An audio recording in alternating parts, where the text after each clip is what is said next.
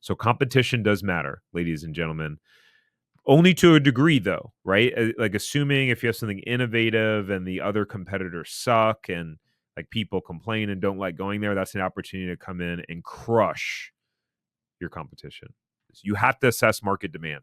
I don't care how great a franchise is doing all over the country, you've got to make sure that the demand is there in your area.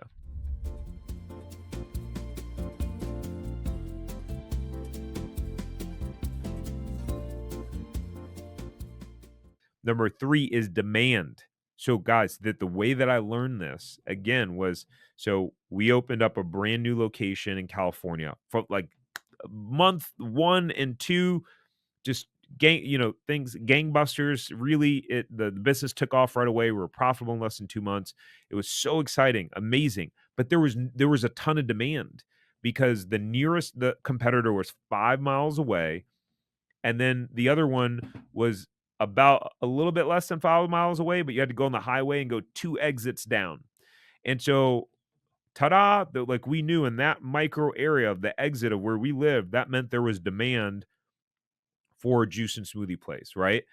But when we moved to Florida and bought our second location as a resale, we bought a location that number one had 4 other competitors within a 1 mile radius. So store number one, 0 competitors in 5 miles. Store number two, 4 competitors within 1 mile. It was like between 1 and 1.5 miles. So made a huge difference.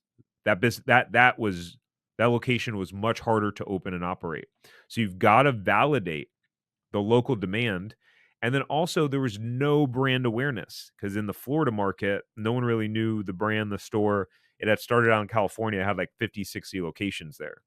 In Florida, it was like, who's Rubex? Like, I don't know who that is. Like Tropical Smoothie was the player out there and some other places. So that had a significant impact. So you got to validate local demand and competition, right? So again, yeah, 4 to 5 competitors within a 5 mile radius. It was actually shorter. It was 4 to 5 competitors within like a 1.5 mile radius. So competition does matter, ladies and gentlemen. Only to a degree, though, right? Like assuming if you have something innovative and the other competitors suck and like people complain and don't like going there, that's an opportunity to come in and crush your competition. So with that said, what you want to do is when you're looking at a brand, you want to make a list of all the competitors within a 5 to 10 mile radius and check into it. Hey, how far are they serving specific neighborhoods? Go buy the products, mystery shop them, go ask questions in the business. What's your slowest time of the day? Note their prices, etc. Call them to see how you can get an appointment to gauge how busy they are. These are just some little tidbits. Like when we work with our clients, we provide much more detail and kind of handholding on exactly what to do to get through validation. But these are just some of the boxes that you need to check off when you're looking at franchises. You have to assess market demand.